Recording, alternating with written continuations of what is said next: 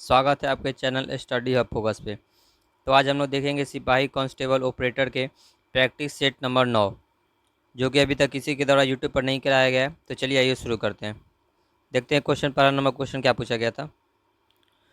देश के किसी भी क्षेत्र को अनुसूचित क्षेत्र घोषित करने का अधिकार निम्नलिखित में से किसके पास होता है। तो किसके पास होता है भारत के राष्ट्रपति के पास होता है। ठीक है, भारत का राष्ट्रपति के पास होता है। अनुसूचित क्षेत्र के बारे में कौन सा भाग है, तो भाग 10। अनुसूचित क्षेत्र कौन सा भाग है, भाग 10 में दिया गया है। और आर्टिकल पूछे तो आर्टिकल कौन सा हो जाएगा हमारा 244 के अंतर्गत। ठीक है, अगर अनुसूचित क्षेत्र के बारे में, तो अनुसूचित क्षेत्र के बारे में कौन सी अनुसूची में बताया गया है, तो 5वीं अनुसूची में बताया गया अनुसूचित क्षेत्र के बारे में।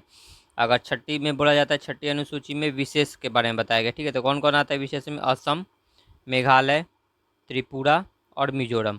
असम, मेघालय, त्रिपुरा और मिजोरम के बारे में बताया गया। देखते हैं क्वेश्चन नंबर 2 क्या पूछा गया है। भारतीय संविधान के निम्नलिखित में से किस अनुच्छेद में संसद के गठन का उल्लेख किया गया। तो कौन सा आर्टिकल हो जाएगा, आर्टिकल 79 में किया गया। अगर आर्टिकल 80 पूछा जाता है तो 80 में किसके बारे में है, तो राज्यसभा के बारे में। ठीक है, राज्यसभा क्या है, संसद का उच्च सदन है। ठीक है, आर्टिकल 81 में क्या है, आर्टिकल 81 में लोकसभा है। लोकसभा को क्या बोलते हैं लोग, निम्न सदन बोलते हैं। ठीक है, और आर्टिकल 75 में पूछा जाए तो 75 में क्या है हमारे पीएम यानी कि भारत के प्रधानमंत्री के बारे में जिक्र किया गया। ठीक है, और नरेंद्र मोदी कौन से नंबर के प्रधानमंत्री हैं, तो 15वें क्रम के प्रधानमंत्री, याद रखिएगा। चलिए आगे देखते हैं क्वेश्चन नंबर 3।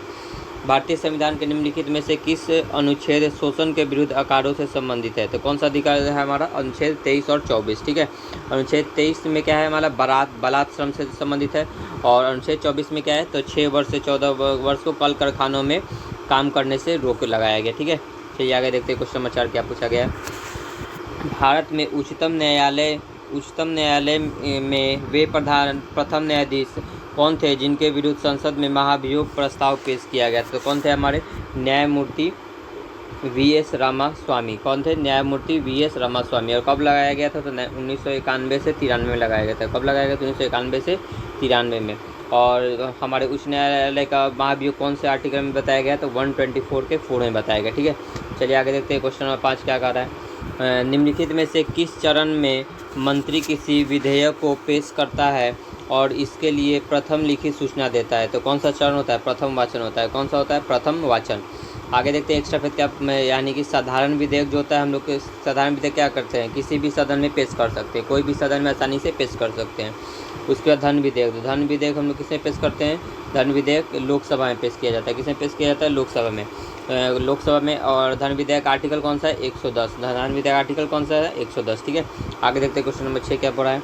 निम्नलिखित में से किस समाज सुधारक ने the Hindu family annuity fund की स्थापना की थी। तो किसने की थी, ईश्वर चंद्र विद्यासागर। किसने की थी, ईश्वर चंद्र विद्यासागर ने की थी। ठीक है, यहाँ से एक्स्ट्रा फैक्ट देखते हैं हम लोग, यानी कि ईश्वर चंद्र विद्यासागर ने 1856 में क्या किया था, विधवा पुनर्विवाह अधिनियम को क्या किया था, रोक लगाया था। विधवा पुनर्विवाह अधिनियम है। ठीक है, और यहाँ पे एक्ट पूछा जाता है, तो एक्ट कौन सा था हमारा, 15वां एक्ट था। कौन सा एक्ट था, 15वें एक्ट के द्वारा दिया गया था। ठीक है, चलिए आगे देखते हैं क्वेश्चन नंबर 7 क्या पूछा गया है। निम्नलिखित में से किसने ब्रह्म समाज की स्थापना की। तो ब्रह्म समाज की स्थापना किसने की थी, राजा राम मोहन राय ने। कब की थी, ये भी पूछा जाता है, तो अगस्त 1828 में। ठीक है, आप लोग डेट याद रखिएगा, अगस्त 1828 में पेश की थी। ठीक है, चलिए आगे यहाँ से एक्स्ट्रा फैक्ट देखते हैं हम लोग क्या पूछा जाता है। आत्मीय सभा की पूछा जाता है, तो आत्मीय सभा की स्थापना कब की थी, तो आत्मीय सभा की स्थापना कब की थी, 1815 में राजा राम मोहन राय ने की थी। ठीक है, अगर पूछा जाता है वेदांत कॉलेज की स्थापना कब की थी, तो वेदांत कॉलेज की स्थापना हमारा कब हो जाएगा, 1825 में स्थापना की थी। ठीक है, उसके बाद क्या पूछा जाता है कि हिंदू कॉलेज की स्थापना कब की थी। ठीक है, तो हिंदू कॉलेज पूछा जाता है, तो हिंदू कॉलेज की स्थापना कब की थी, तो 1817 में की थी। कब की थी, 1817 में हेनरी डेरोजियो की मदद से राजा राम मोहन राय ने की थी। ठीक है, चलिए आगे देखते हैं क्वेश्चन नंबर 8 क्या बोल रहा है। निम्नलिखित में से किस राजवंश का दिल्ली सल्तनत प्रशासन 1400 से 14 में शुरू हुआ और 1451 में समाप्त हुआ। ठीक है, तो कौन सा हो जाएगा, सैयद वंश हो जाएगा। सैयद वंश का स्थापना किसने किया था, खिज्र खान ने किया था। किसने किया था, खिज्र खान ने किया था। ठीक है, चलिए अब हम लोग आगे एक्स्ट्रा फैक्ट देखते हैं कि दिल्ली सल्तनत का क्रम देख लेते हैं। तो आप लोग ठीक याद रखिएगा, जी के तो सरल। ठीक है, जी से क्या हो जाएगा हमारा गुलाम वंश, जी से क्या हो जाएगा गुलाम वंश, के से क्या हो जाएगा खिलजी वंश, टी से क्या हो जाएगा तुगलक वंश, स से क्या हो जाएगा सैयद वंश, और एल से क्या हो जाएगा हमारा लोधी वंश हो जाएगा। ठीक है, इसका हम लोग डेट देखते हैं। तो जो गुलाम वंश कब से कब तक था, तो 1206 से 1290, 1206 से 1290। उसका खिलजी वंश कब से कब तक था, तो 1290 से 1320, 1290 से 1320। अगर तुगलक वंश पूछा जाता है, तुगलक वंश कम था 1320 से 1414, ठीक है, 1414। उसके बाद हमारा क्या बोलता है कि सैयद वंश पूछा जाता है, तो सैयद वंश हमारा कब से कब हो जाएगा, 1414 से 1451 में हो जाएगा, ठीक है। लास्ट हमारा लोधी वंश पूछा जाएगा, तो लोधी वंश कब हो जाएगा, 1451 से 1526 हो जाएगा, ठीक है। ये एक्स्ट्रा फैक्ट आप लोग याद रखिएगा। और अगर कंटेंट सही लगे तो चैनल को लाइक एंड सब्सक्राइब जरूर कीजिएगा। चलिए आगे देखते हैं क्वेश्चन नंबर 9 क्या पूछा गया है। प्रथम कर्नाटक युद्ध निम्नलिखित में से किस कालखंड में हुआ था। प्रथम कर्नाटक युद्ध कब हुआ था, 1746 से 48 में हुआ था, ठीक है। अब हम लोग देखते हैं यहाँ पे तीनों कर्नाटक युद्ध के बारे में जानने की कोशिश करते हैं, ठीक है। तो हम लोग देखते हैं पहला कर्नाटक युद्ध कब हुआ था, तो 1746 से 48 में हुआ था, ठीक है। द्वितीय कर्नाटक युद्ध पूछा जाता है, द्वितीय कर्नाटक युद्ध कब हुआ था, 1749 से 54 में हुआ था, ठीक है। और तृतीय कर्नाटक युद्ध पूछा जाएगा तो कब हुआ था, 1756 से 1763। इसको सप्तवर्षीय युद्ध भी बोलते हैं। इसका संधि महत्वपूर्ण है, तो शक्ति पहले में संधि कौन हुई थी, एक साथ सपेल की संधि हुई थी। कौन सी संधि हुई थी, एक साथ सपेल की संधि। दूसरे में कौन सी संधि हुई थी, पांडिचेरी की संधि हुई थी। कौन सी संधि, पांडिचेरी। तृतीय में कौन सी संधि हुई थी, पेरिस की संधि हुई थी, ठीक है, पेरिस। आप लोग इसको याद रखिएगा। इसका ट्रिक क्या है, ट्रिक याद रखिएगा, ए पापे क्या हो जाएगा, ए पापे से आप लोग इसका आसानी से संधि आता है। ए से एक साथ सपेल, पा से पांडिचेरी, प से पेरिस, ठीक है। चलिए आगे देखते हैं क्या। तो क्वेश्चन नंबर 10 क्या पूछा गया, निम्नलिखित सल्तनत शासकों में किसने सिकंदर ए सानी की उपाधि धारण की थी। किसने उपाधि धारण की थी, तो अलाउद्दीन खिलजी, ठीक है। अलाउद्दीन खिलजी का शासनकाल कब से कब तक, तो 1296 से 1316। कब से कब तक, 1296 से 1316। और ये भी पूछा जाता है कि खिलजी वंश का अंतिम शासक कौन था। तो खिलजी वंश का अंतिम शासक पूछा जाएगा तो क्या हो जाएगा, मुबारक खिलजी। क्या हो जाएगा, अंतिम शासक मुबारक खिलजी, ठीक है। और आगे देखते हैं अलाउद्दीन खिलजी ने क्या किया था, तो नकद वेतन यानी कि सैनिकों को क्या देना शुरू किया था, नकद वेतन देने की शुरुआत की थी, ठीक है।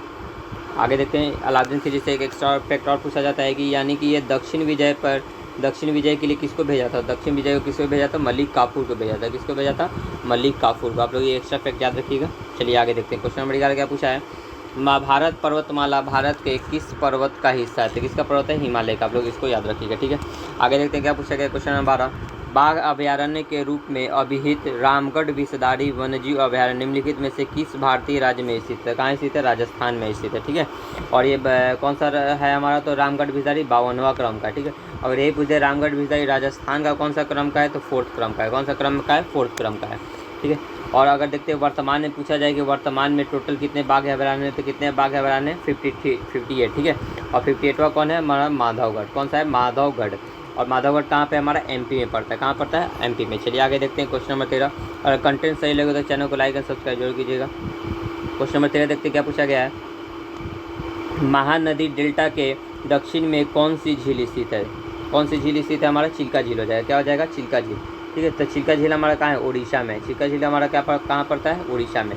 अगर उमियम झील पूछा जाता है तो उमियम झील कहाँ है, हमारे मेघालय में। उमियम झील कहाँ है, मेघालय में, ठीक है। अगर हमारा ये बी नंबर क्या दिया, पुलिकट झील, तो पुलिकट झील क्या हो जाएगा, हमारा आंध्र प्रदेश। पुलिकट झील कहाँ पड़ता है, हमारा आंध्र प्रदेश। और लोनार झील कहाँ पे है, तो महाराष्ट्र में। कहाँ है लोनार झील, महाराष्ट्र में, ठीक है। तो आप लोग याद रखिएगा, इसका आंसर क्या हो जाएगा, ऑप्शन नंबर सी। चलिए आगे देखते हैं क्वेश्चन नंबर 14 क्या पूछा गया है, 2011 की जनगणना रिपोर्ट के अनुसार किस राज्य में लिंगानुपात सर्वाधिक है। तो किस राज्य में लिंगानुपात सर्वाधिक, हमारा केरल में, ठीक है। और केरल में कितना लिंगानुपात है, तो 1084, ठीक है। दूसरा क्रम में पूछा जाता है, दूसरा क्रम में क्या हो जाएगा, हमारा तमिलनाडु आता है। दूसरा क्रम में कौन सा आता है, तमिलनाडु, ठीक है। चलिए अब यहाँ पे एक्स्ट्रा फैक्ट हम जानने की कोशिश करेंगे।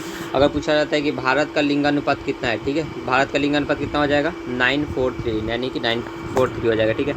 अगर पूछा जाता है हमारा कि सबसे न्यूनतम लिंगानुपात किसका है, ठीक है, किस राज्य की न्यूनतम लिंगानुपात है, तो न्यूनतम लिंगानुपात किसका हो जाएगा, हरियाणा का, ठीक है। और हरियाणा का क्या है, हमारा न्यूनतम लिंगानुपात 879 है, ठीक है। आगे देखते हैं आगे क्या पूछा जा सकता है यहाँ से क्वेश्चन, सर्वाधिक शिशु लिंगानुपात किसका है, सर्वाधिक शिशु लिंगानुपात। तो सर्वाधिक शिशु लिंगानुपात किसका हो जाएगा, अरुणाचल प्रदेश का, ठीक है। चलिए आगे देखते हैं क्वेश्चन नंबर 15 क्या पूछा गया है, मसूरी हिल स्टेशन किस राज्य में स्थित है, उत्तराखंड में स्थित है। कहाँ स्थित है, उत्तराखंड में स्थित है, ठीक है। अगर दोस्तों चैनल को लाइक और सब्सक्राइब जरूर कीजिएगा, कंटेंट सही लगे तो, ठीक है। आगे देखते हैं क्वेश्चन नंबर 16 क्या पूछा गया है, संगाई त्यौहार भारत के इनमें से किस राज्य में मनाया जाता है। तो कहाँ मनाया जाता है, मणिपुर में मनाया जाता है। किसमें मनाया जाता है, मणिपुर में मनाया जाता है, ठीक है। चलिए आगे देखते हैं क्वेश्चन नंबर 17 क्या पूछा गया है, तीरंदाजी निम्नलिखित में से किस देश का राष्ट्रीय खेल है। तो तीरंदाजी किसका राष्ट्रीय खेल हो जाएगा, जापान का हो जाएगा। क्या हो जाएगा, जापान का, सॉरी क्या हो जाएगा, भूटान का हो जाएगा, ठीक है। जापान का पूछा जाए तो जापान का क्या हो जाएगा, जूडो। जापान का हमारा राष्ट्रीय खेल क्या हो जाएगा, जूडो हो जाएगा। टर्की यानी कि तुर्की का क्या हो जाएगा हमारा, तो ऑयल कुश्ती, ऑयल रेसलिंग बोलते हैं, ठीक है। कौन सा रेसलिंग होता है, ऑयल कुश्ती हम लोग बोलते हैं, इसका राष्ट्रीय खेल है। अगर हमारा चीन का राष्ट्रीय खेल पूछा है तो चीन का राष्ट्रीय खेल क्या हो जाएगा, टेबल टेनिस। चीन का राष्ट्रीय खेल क्या हो जाएगा हमारा, टेबल टेनिस, ठीक है। और आगे क्या पूछा जा सकता है यहाँ से कि कनाडा का पूछा जा सकता है, कनाडा का तो कनाडा का राजधानी क्या होता है, ओटावा होता है। तो कनाडा का राष्ट्रीय खेल क्या है हमारा, आइस हॉकी। कनाडा का राष्ट्रीय खेल क्या है हमारा, आइस हॉकी। अगर हमारे किसका पूछा जाता है, यूएसए का पूछा जाता है तो यूएसए का हमारा क्या हो जाएगा, बेसबॉल। यूएसए का क्या हो जाएगा हमारा राष्ट्रीय खेल, बेसबॉल हो जाएगा, ठीक है। आप लोग ये एक्स्ट्रा फैक्ट याद रखिएगा। आगे देखते हैं क्वेश्चन नंबर 18 क्या पूछ रहा है, नीति आयोग के नीति का पूरा नाम क्या है, यानी कि यहाँ फुल फॉर्म पूछा जाए तो फुल फॉर्म क्या हो जाएगा, option number D, national institution for transforming India, यानी कि ऑप्शन नंबर डी इसका सही जवाब हो जाएगा। यहाँ से देखते हैं एक्स्ट्रा फैक्ट, नीति आयोग का गठन कब हुआ, तो नीति आयोग का गठन कब हुआ था, 1 जनवरी 2015 में हुआ था। 1 जनवरी 2015 में किसके स्थापना पे, किसके जगह पे, तो योजना आयोग के जगह पे किसका स्थापना हुआ था, नीति आयोग का, ठीक है। नीति आयोग, तो नीति आयोग का हमारा अध्यक्ष कौन होता है, प्रधानमंत्री, पीएम होते हैं, ठीक है। अभी कौन है हमारे, नरेंद्र मोदी, ठीक है। नीति आयोग के उपाध्यक्ष, तो नीति आयोग के उपाध्यक्ष वर्तमान में कौन है हमारे, अशोक लाहिड़ी, कौन है, अशोक लाहिड़ी, आप लोग इसको याद रखिएगा। और नीति आयोग के हमारे सीईओ पूछा जाता है तो सीईओ कौन है हमारे, निधि छिब्बर, कौन है, निधि छिब्बर, आप लोग इसको याद रखिएगा। चलिए आगे देखते हैं क्वेश्चन नंबर 19 क्या पूछा गया है, कुछ समय पूर्व स्वर्गवासी हुए उस्ताद अली अहमद हुसैन खान किसके लिए प्रसिद्ध है, किसके लिए प्रसिद्ध है, तब शहनाई वादक, कौन थे, शहनाई वादक। चलिए आगे देखते हैं क्या पूछा गया है, निम्नलिखित में से कौन सी आर्थिक गतिविधि प्राथमिक क्षेत्र के अंतर्गत है, प्राथमिक क्षेत्र के अंतर्गत क्या आता है, तो खनन आ जाएगा हमारा, ठीक है, खनन आ जाएगा। और क्या आता है प्राथमिक क्षेत्र के अंतर्गत, कृषि आता है, ठीक है। और क्या आ जाएगा हमारा, पशुपालन आ जाएगा, हमारे किस में आएगा, ये प्राथमिक क्षेत्र के अंतर्गत आएगा, ठीक है। आगे देखते हैं हमारे अगर शिक्षा किस में आता है हमारा, आप लोग कमेंट में बताइएगा कि शिक्षा किस में आता है, ठीक है। आगे देखते हैं, इस यहाँ से एक क्वेश्चन पूछा जाता है कि द्वितीय क्षेत्र में जो होते हैं तो द्वितीय क्षेत्र को हम लोग क्या बोलते हैं, ठीक है। तो द्वितीय क्षेत्र वाले को हम लोग क्या बोलते हैं, ब्लू कॉलर बोलते हैं, क्या बोलते हैं, ब्लू कॉलर, आप लोग इसको याद रखिएगा। और थर्ड क्षेत्र यानी कि तृतीय क्षेत्र को पूछा जाता है तो तृतीय क्षेत्र को हम लोग क्या बोलते हैं, तो तृतीय क्षेत्र को हम लोग क्या बोलते हैं, व्हाइट कलर बोलते हैं, क्या बोलते हैं, व्हाइट कलर। आप लोग ये एक्स्ट्रा फैक्ट याद रखिएगा, डायरेक्ट एग्जाम में क्वेश्चन यहाँ से देखने को मिलेगा। क्वेश्चन में 21 देखते हैं क्या पूछा गया, नया आयकर अधिनियम 2025 किस तिथि से प्रभावी होगा, तो कब से प्रभावित होगा, 1 अप्रैल 2026 से प्रभावी होगा, ठीक है। आगे देखते हैं क्वेश्चन नंबर 22 क्या पूछा गया है, भारत के किस शहर में भारतीय रचना प्रौद्योगिकी संस्थान की स्थापना किया जा रहा है, तो कहाँ स्थापित किया जा रहा है, मुंबई में, कहाँ स्थापित किया जा रहा है, मुंबई में, ठीक है। आगे देखते हैं क्वेश्चन नंबर 23, समुद्रयान मिशन के तहत उपयोग किए जाने वाले मानव युक्त सबमर्सिबल का नाम क्या है, तो क्या हो जाएगा, इसका मतलब से 6000 हो जाएगा, ठीक है। आगे देखते हैं क्वेश्चन नंबर 24 क्या पूछा गया है, रानी दुर्गावती योजना किस राज्य सरकार ने शुरू करने की घोषणा की है, तो किसने शुरू की है, छत्तीसगढ़ ने शुरू किया, ठीक है। आगे देखते हैं क्वेश्चन नंबर 25 क्या पूछा गया है, ऑरेंज इकोनॉमी जिसका उल्लेख केंद्रीय बजट 2026 से में, यानी कि यहाँ से पूछा जाए कि ऑरेंज इकोनॉमी का संबंध किससे है, ठीक है।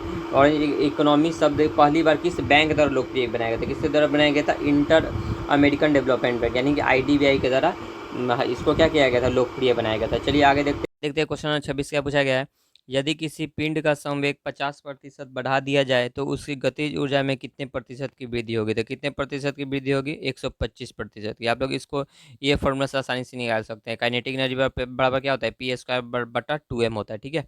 और एक काइनेटिक एनर्जी का एक और फॉर्मूला होता है, क्या होता है हमारा, तो K बराबर 1/2 mv², क्या होता है, 1/2 mv², आप लोग इसको भी याद रखिएगा। चलिए आगे देखते हैं क्वेश्चन नंबर 27 क्या पूछा गया है, निम्नलिखित में से कौन सा ग्राफ एक समान त्वरित गति को दर्शाता है, तो कौन दर्शाता है हमारा, स्थितिज समय ग्राफ, क्या दर्शाता है, स्थितिज समय ग्राफ। स्थितिज समय ग्राफ का अगर समीकरण पूछ दे तो क्या होता है, S बराबर UT प्लस हाफ AT², ठीक है। S बराबर UT प्लस हाफ AT², इसका क्या होता है हमारा फॉर्मूला होता है, ठीक है। चलिए आगे देखते हैं क्वेश्चन नंबर 28 क्या पूछा गया है, प्रक्षेप गति में उच्चतम बिंदु पर वेग और त्वरण के बीच का कोण कितना होता है, तो कितना कोण होता है, 90 डिग्री होता है, कितना कोण होता है, 90 डिग्री, ठीक है। आगे देखते हैं क्वेश्चन 29 क्या पूछा गया है, एक प्रकाश वर्ष किसकी इकाई है और इसका मान मीटर में क्या होता है, तो प्रकाश वर्ष किसका इकाई होता है, दूरी का। और एक प्रकाश वर्ष में कितना होता है, 9.46 × 10⁻15 मीटर। अगर किलोमीटर में पूछा जाए तो क्या होगा, 9.46 × 10⁻12 किलोमीटर हो जाएगा, ठीक है।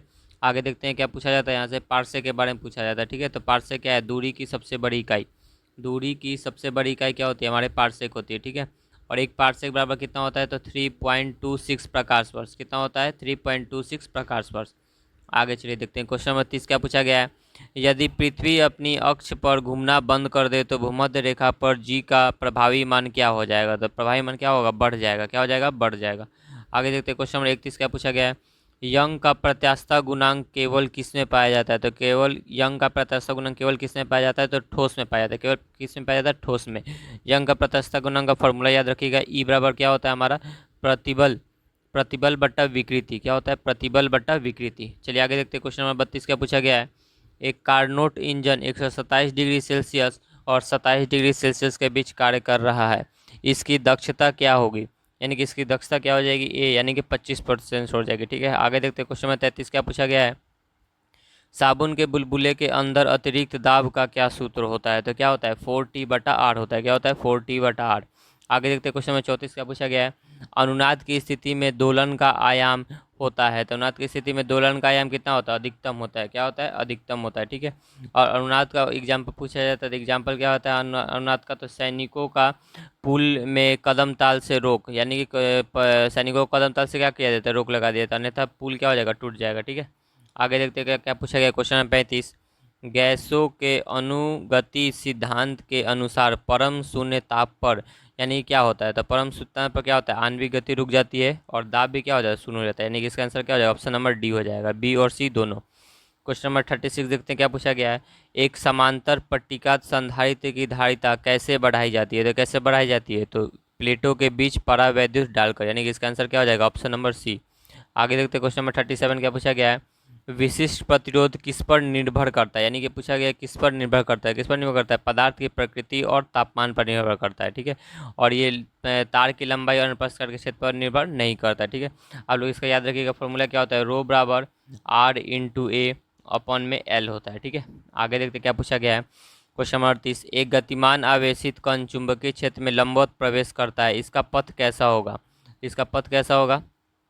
इसका पथ हमारा कैसा हो जाएगा? वृत्ताकार हो जाएगा। क्या हो जाएगा? वृत्ताकार। तो इसका आंसर क्या हो जाएगा? Option number C. आगे देखते हैं, क्वेश्चन नंबर 39 क्या पूछा गया है। लेंज का नियम किस भौतिक राशि के संरक्षण का परिणाम है? तो किसका हो जाएगा? ऑप्शन नंबर सी, यानी कि ऊर्जा का हो जाएगा। और लेंज का नियम क्या दिखाता है? तो हमारे प्रेरित विद्युत धारा की दिशा के बारे में बताता है। किसके बारे में बताता है? प्रेरित विद्युत धारा की दिशा के बारे में। आगे देखते हैं, क्वेश्चन नंबर 40, यदि किसी LCR परिपथ में XL बराबर XC है तो परिपथ की प्रतिबाधा क्या होगी? तो परिपथ परिबाधा क्या हो जाएगी? प्रतिरोध R के बराबर हो जाएगी। ठीक है, आगे देखते क्या पूछा गया। 41, पूर्ण आंतरिक परावर्तन के लिए प्रकाश को जाना चाहिए, तो प्रकाश किस में जाता है? सघन माध्यम से विरल माध्यम में। ठीक है, और एक और शर्त होती है इसकी कि आपतन कोण का मान क्रांतिक कोण से अधिक होना चाहिए। क्या होना चाहिए? आपतन कोण का मान क्रांतिक कोण से अधिक होना चाहिए। ठीक है, पूर्ण आंतरिक परावर्तन के लिए। और अगर प्रकाश विरल माध्यम से सघन माध्यम में जाएगी तो क्या होगी? अभिलंब की ओर झुकती है। क्या होती है? अभिलंब की ओर झुक जाती है। ठीक है, आगे देखते हैं, क्वेश्चन नंबर 42 क्या पूछा गया है। यंग के द्विस्लिंट प्रयोग में यदि एक स्लिंट को बंद कर दिया जाए तो क्या होगा? यानी क्या हो जाएगा? व्यतिकरण फ्रिंज गायब हो जाएंगे और केवल एक चमकीला धब्बा दिखेगा, यानी कि इसका ऑप्शन नंबर क्या हो जाएगा? डी हो जाएगा। ठीक है, चलिए आगे देखते हैं, क्वेश्चन 43 क्या पूछा गया है। डी ब्रोगली तरंगदैर्घ्य और गतिज ऊर्जा के बीच क्या संबंध है? तो क्या संबंध हो जाएगा? ऑप्शन नंबर डी हो जाएगा। क्या हो जाएगा? Option number D. आगे देखते हैं, क्वेश्चन 44 क्या पूछा गया है। हाइड्रोजन परमाणु की प्रथम कक्षा में इलेक्ट्रॉन की ऊर्जा -13.6 eV है, दूसरी कक्षा में इसकी ऊर्जा क्या होगी? तो दूसरी कक्षा में ऊर्जा क्या होगी? हमारा ऑप्शन नंबर बी हो जाएगा, -3.eV, -3.eV हो जाएगा। ठीक है, आगे देखिए, क्वेश्चन 45 को क्या पूछा गया है। रेडियोधर्मी क्षय में एक अल्फा कण निकलने पर परमाणु क्रमांक में, यानी कि परमाणु क्रमांक पे पूछा जाता है तो कितनी कमी की आती है? 2 की कमी आती है। ठीक है, अगर ये बोल दे द्रव्यमान, यानी कि परमाणु द्रव्यमान में कितने की कमी आती है? तो परमाणु द्रव्यमान में कितने की कमी आती है? 4 की कमी आती है। ठीक है, कितनी कमी आ जाती है? 4 की कमी आती है। अगर पूछा जाता है कि जो तत्व बनेगा वो कितना स्थान खिसक जाएगा, तो 2 स्थान पीछे आ जाता है। जो भी तत्व बनेगा उसका क्या हो? 2 स्थान पीछे आ जाता है। ठीक है, आगे देखते हैं यहाँ से क्या क्वेश्चन बन सकता है। यह पूछा जाएगा कि बीटा में परमाणु संख्या कितना होता है? तो बीटा में कितने होता है हमारे? जेड बराबर 1 के बराबर होता है। ठीक है, 1 के बराबर हो जाता है। और गामा में क्या होता है? गामा में कोई परिवर्तन नहीं होता। गामा में क्या होता है हमारा? कोई परिवर्तन नहीं होता है। ठीक है, आगे देखते क्वेश्चन 46 क्या पूछा गया है। जेनर डायोड का मुख्य उपयोग है, तो जेनर डायोड का उपयोग किसमें करते हैं? वोल्टेज स्थिरीकरण में। किसमें करते हैं? वोल्टेज स्थिरीकरण में। क्वेश्चन 47 क्या दिया गया है। संचार तंत्र में मॉड्यूलेशन की आवश्यकता क्यों होती है? तो संचार तंत्र मॉड्यूलेशन की आवश्यकता होती है एंटीना की लंबाई को कम करने के लिए, संकेतों को लंबी दूरी तक भेजने के लिए, शोर को कम करने के, यानी कि इसका आंसर क्या हो जाएगा? ऑप्शन नंबर डी, उपरोक्त सभी। क्वेश्चन 48 देखते हैं क्या पूछा गया है। एक समान चुंबकीय क्षेत्र में रखे चुंबकीय ध्रुव पर लगने वाला नेट बल होता है। यानी कि नेट बल कितना होता है? शून्य होता है। कितना होता है? शून्य होता है। आगे देखते हैं क्वेश्चन 49 क्या पूछा गया है। व्यक्तिकरण की घटना में क्या संरक्षित रहती है? यानी कि व्यक्तिकरण की घटना में क्या संरक्षित रहती है? ऑप्शन नंबर सी हो जाएगा, ऊर्जा क्या होता है हमारा? संरक्षित रहता है। आगे देखते हैं क्वेश्चन नंबर 50 क्या पूछा गया है। क्वेश्चन नंबर 50 क्या पूछा गया है। ट्रांजिस्टर के किस विन्यास में वोल्टेज लाभ अधिकतम होता है? तो वोल्टेज लाभ किस में होता है? मेरे उभयनिष्ठ उत्सर्जक में। ठीक है, आगे देखते हैं क्वेश्चन नंबर 51 क्या पूछा गया है। केमिस्ट्री से यहाँ से स्टार्ट हो जाता है। 0.5 मोल H2SO4 में ऑक्सीजन परमाणु की कुल संख्या कितनी होगी? ऑक्सीजन परमाणु की कुल संख्या, चलिए यहाँ पे देखते हैं। ऑप्शन नंबर सी हो जाएगी, इसको निकालने के लिए सीखते हैं हम लोग। यानी कि ऑक्सीजन के मोल में कितने होते हैं? तो ऑक्सीजन में एक में कितने होते हैं? 4 मोल होते हैं। ऑक्सीजन के एक परमाणु में कितने मोल होते हैं? 4 मोल होते हैं। ठीक है, तो कितना मोल दिया गया? 0.5 मोल। तो 0.5 इंटू 4 कर देंगे हम लोग, तो कितना हो जाएगा हमारा? 2 मोल हो जाएगा। कितना मोल हो जाएगा? 2 मोल। और आप लोगों को पता है कि एक मोल में कितने अवगाद्रो संख्या होती है? तो 6.022 गुना 10 का पावर 23 होता है। ठीक है, और इसमें हम लोग किससे कितने से गुना कर देंगे? 2 से गुना कर देंगे। तो हमारा इसका आंसर क्या हो जाएगा? ऑप्शन नंबर सी आ जाएगा। क्या हो जाएगा? Option number C. आगे देखते हैं क्वेश्चन नंबर 52 क्या पूछा गया है। एच परमाणु की प्रथम बोहर कक्षा की त्रिज्या आर है, तो तीसरी कक्षा की त्रिज्या क्या हो जाएगी? तीसरी कक्षा की त्रिज्या 3 गुनी हो जाएगी, यानी कि 9R हो जाएगी। कितने हो जाएगी? 9R हो जाएगी। क्वेश्चन 53 देखते हैं क्या पूछा गया है। एक स्वतः प्रवर्तित अभिक्रिया के लिए मानक परिस्थितियों में कौन सा संबंध सही है, या मानक कौन सा, यानी कि ऑप्शन नंबर बी हो जाएगा। ठीक है, और कंटेंट सही लगे तो चैनल को लाइक एंड सब्सक्राइब जरूर कीजिएगा। आगे देखते हैं क्वेश्चन नंबर 54 क्या पूछा गया है। 0.01 MnAOH विलयन का पीएच मान कितना होगा? इसका पीएच मान क्या होता है हमारा? 11 होगा। क्या होगा? 11 हो जाएगा। आगे देखते हैं क्वेश्चन नंबर 55 क्या पूछा गया है। नाइट्रोजन, फास्फोरस, आर्सेनिक और एंटीमनी में किसकी विद्युत ऋणात्मकता सबसे अधिक होगी? तो किसकी होगी? हमारी नाइट्रोजन की हो जाएगी। ठीक है, और ये कौन से ग्रुप में आता है? तो कौन से ग्रुप में आता है? 15वें ग्रुप में आता है। ठीक है, और 15वें ग्रुप को हम लोग क्या बोलते हैं? नाइट्रोजन परिवार बोलते हैं। क्या बोलते हैं? नाइट्रोजन परिवार। आप लोग इसका ट्रिक आसानी से याद कर सकते हैं, इसके तत्व। तो इसको आसानी से हम लोग ट्रिक याद कर सकते हैं। नाना पाटेकर, ऐश्वर्या, सब बिंदास। ठीक है, इससे आप लोग आसानी से इसके तत्व को याद कर सकते हैं। आगे देखते हैं क्वेश्चन 56 क्या पूछा गया है। निम्नलिखित में से किसमें पी पाई डी पाई बंधन उपस्थित है? तो ये किसमें हमारा उपस्थित हो जाएगा? ऑप्शन नंबर बी हो जाएगा। इसका आंसर क्या हो जाएगा? Option number B. आगे देखते हैं क्वेश्चन 57 क्या पूछा गया है।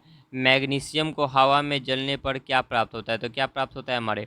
मैग्नीशियम ऑक्साइड और Mg3NO2 प्राप्त होता है। ठीक है, और अगर यहाँ से क्वेश्चन पूछा जाता है कि मैग्नीशियम को O2 से अभिक्रिया कराते हैं, मैग्नीशियम को हम लोग O2 से अभिक्रिया कराते हैं, तो क्या प्राप्त होता है? MgO प्राप्त होता है, मैग्नीशियम ऑक्साइड प्राप्त होगा। ठीक है, आगे देखते हैं क्वेश्चन नंबर 58 क्या पूछा गया है। निम्नलिखित कार्बोकेटायनों का स्थायित्व सही क्रम में दर्शाइए। सही क्रम में दर्शाइए, यानी कि पहले पे हमारा क्या हो जाएगा? 1 आ जाएगा। ठीक है, उसके बाद यानी कि सबसे छोटा है, उसके बाद क्या आ जाएगा हमारा? 3 नंबर आ जाएगा। उसके बाद क्या आ जाएगा? 4 नंबर आ जाएगा, और उसके बाद क्या आ जाएगा? 2 नंबर, यानी कि इसका आंसर क्या हो जाएगा? ऑप्शन नंबर ए हो जाएगा। ठीक है, आगे देखते हैं क्वेश्चन 59 क्या पूछा गया है। वुड्ज अपक्रिया द्वारा निम्नलिखित कौन सा एल्केन अच्छी मात्रा में नहीं बनाया जा सकता? कौन सा नहीं बनाया? N heptane. इसका आंसर क्या हो जाएगा? Option number C. आगे देखते हैं क्वेश्चन नंबर 60 क्या पूछा गया है। 1000 ग्राम विलायक में घुले विलेय के मोल की संख्या को क्या बोलते हैं? तो मिले किस क्या बोलते हैं? मोरलता बोलते हैं। ठीक है, यहाँ से क्वेश्चन पूछा जाता है कि मोरलता किस पर निर्भर नहीं करती है? तो मोरलता ताप पर डिपेंड नहीं करती है। ठीक है, और यही अगर बोलते हैं मोलरता, मोलरता जो मोलरता ताप पर निर्भर करती है। ठीक है, आगे देखते हैं क्वेश्चन नंबर 61 क्या पूछा गया है। यदि एक सेल का मानक इलेक्ट्रोड विभव धनात्मक हो तो इसका अर्थ क्या है? यानी कि इसका अर्थ पूछा जा रहा है, तो इसका अर्थ क्या हो जाएगा? अभिक्रिया स्वतः होगी। अभिक्रिया स्वतः होगी। आगे देखते हैं क्वेश्चन नंबर 62 क्या पूछा गया है। आर्गेनियस समीकरण के अनुसार तापमान बढ़ाने पर वेग स्थिरांक क्यों बढ़ जाता है? तो क्यों बढ़ जाता है? प्रभावी टक्करों की संख्या बढ़ जाती है। ठीक है, आगे देखते हैं क्वेश्चन नंबर 63। कंटेंट सही लगे तो चैनल को लाइक एंड सब्सक्राइब जरूर कीजिए। आगे देखते हैं निम्नलिखित में से कौन सा उभयधर्मी ऑक्साइड है? तो उभयधर्मी ऑक्साइड हमारा क्या हो जाएगा? Al2O3। Al2O3 क्या हो जाएगा? उभयधर्मी ऑक्साइड। उभयधर्मी ऑक्साइड हम लोग किसको बोलते हैं? तो उभयधर्मी ऑक्साइड उसे बोलते हैं धातु जो होता है क्या करता है? अम्ल और क्षार दोनों से अभिक्रिया करके, अम्ल और क्षार दोनों से अभिक्रिया करके क्या करता है? लवण और जल का निर्माण करता है। ठीक है, दोनों से अभिक्रिया करता है, उसको हम लोग क्या बोलते हैं? उभयधर्मी ऑक्साइड बोलते हैं। यहाँ से पूछा जाता है कि धातु, तो धातु हमारा क्या होता है? तो धातु क्षारीय होते हैं। धातु क्या होता है हमारे? क्षारीय होते हैं। ठीक है, और अधातु, तो अधातु क्या होता है? अ से अधातु और अ से अम्लीय, तो अधातु हमारा क्या होता है? अम्लीय होता है। क्या होता है? अम्लीय। आगे देखते हैं क्वेश्चन नंबर 64 क्या पूछा गया है। इसका IUPAC नाम पूछा गया, तो इसका ऑप्शन नंबर क्या हो जाएगा? बी आंसर हो जाएगा। ठीक है, आगे देखते हैं क्या पूछा गया है, जेनन का कौन सा यौगिक संभव नहीं है, तो कौन सा, ऑप्शन नंबर सी हो जाएगा। यानी कि जेनन जो होता है हमारा क्या होता है, उत्कृष्ट गैस है, और ये केवल सम संख्या के साथ ही क्या होता है, ये संभव हो पाता है, जैसे XeF2, XeF4, XeF6। लेकिन ये विषम संख्या के अनुसार ये संभव नहीं हो पाता है, ठीक है। तो इसका आंसर क्या हो जाएगा, ऑप्शन नंबर सी हो जाएगा। आगे देखते हैं क्वेश्चन नंबर 66 क्या पूछा गया है, क्लोरोबेंजीन की क्रिया NaOH के साथ 623 केल्विन और उच्च दाब पर करने पर क्या बनता है, तो क्या बनता है, हमारा फिनॉल बनता है, ठीक है। आगे देखते हैं क्वेश्चन नंबर 67, लुकास अभिकर्मक किसका मिश्रण है, तो लुकास अभिकर्मक किसका मिश्रण है, निर्जल ZnCl2 प्लस सांद्र HCl, ठीक है। आगे देखते हैं क्वेश्चन नंबर 68 क्या पूछा गया है, फेलिंग विलयन को निम्नलिखित में से कौन सा अपचयित नहीं करेगा, यानी कौन अपचयित नहीं करता है, तो हमारा इसका आंसर क्या हो जाएगा, हमारा 68 का बेंजिल डिहाइड, क्या हो जाएगा, benzil dehyde, option number D. Question number 69 देखते क्या पूछा गया है, एनिलीन को जब NaNO2 प्लस HCl के साथ 0 से 5 डिग्री सेल्सियस पर उपचारित किया जाता है तो क्या बनता है, इसका क्या बनता है, हमारा बेंजीन डायनोजियम क्लोराइड बनता है, ठीक है। आगे देखते क्वेश्चन नंबर 70 क्या पूछा गया है, DNA में कौन सा नाइट्रोजन बेस नहीं पाया जाता, कौन सा नाइट्रोजन बेस नहीं पाया जाता है, यूरासिल नहीं पाया जाता, यूरासिल किसमें पाया जाता है, हमारा RNA में पाया जाता है, ठीक है। एक कौन सा है हमारे DNA में, तो एक एडेनिन हो गया, ग्वानिन हो गया, साइटोसिन हो गया और थाइमिन हो गया, ठीक है। आगे आगे देखते क्वेश्चन नंबर 71 क्या पूछा गया है, PCl5 के गैसीय अवस्था में संकरण और ज्यामितीय क्या होती है, तो क्या होती है हमारी sp3d और त्रिकोणीय पिरामिड, यानी कि इसका आंसर क्या हो जाएगा, ऑप्शन नंबर ए हो जाएगा। आगे देते क्वेश्चन नंबर 22 क्या पूछा गया है, प्रथम कोटि की अभिक्रिया के लिए अर्ध आयुकाल क्या है, तो अर्ध आयुकाल क्या हो जाएगी, अर्ध आयुकाल जो होता है प्रारंभिक सांद्रता पर निर्भर नहीं करता है, प्रारंभिक सांद्रता पर निर्भर नहीं करता है। और ऐसे कंटेंट देखने के लिए चैनल को लाइक एंड सब्सक्राइब जरूर कीजिएगा, और कमेंट में जरूर बताइएगा किससे कितने सही हो रहे हैं। क्वेश्चन नंबर 23 क्या पूछा गया है, निम्नलिखित में से कौन सा प्रतिचुंबकीय आयन है, तो इसमें प्रतिचुंबकीय आयन कौन है, हमारा option number D, option number D Zn यानी कि जिंक।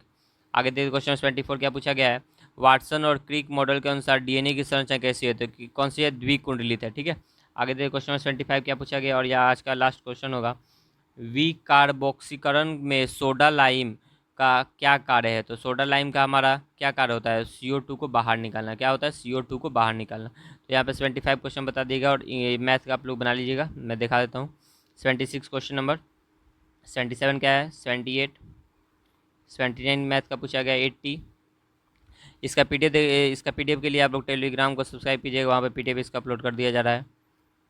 ये देख लीजिए 84 क्वेश्चन नंबर, 85, 87 सारे PDF टेलीग्राम पे अपलोड कर दिया जा रहा है। 88, 89, 90, और ऐसे ही चैनल देखने के लिए चैनल को लाइक सब्सक्राइब कीजिएगा, और कौन से प्रैक्टिस सेट आगे आप लोग देखना चाहते हैं कमेंट में ज़रूर बताइएगा।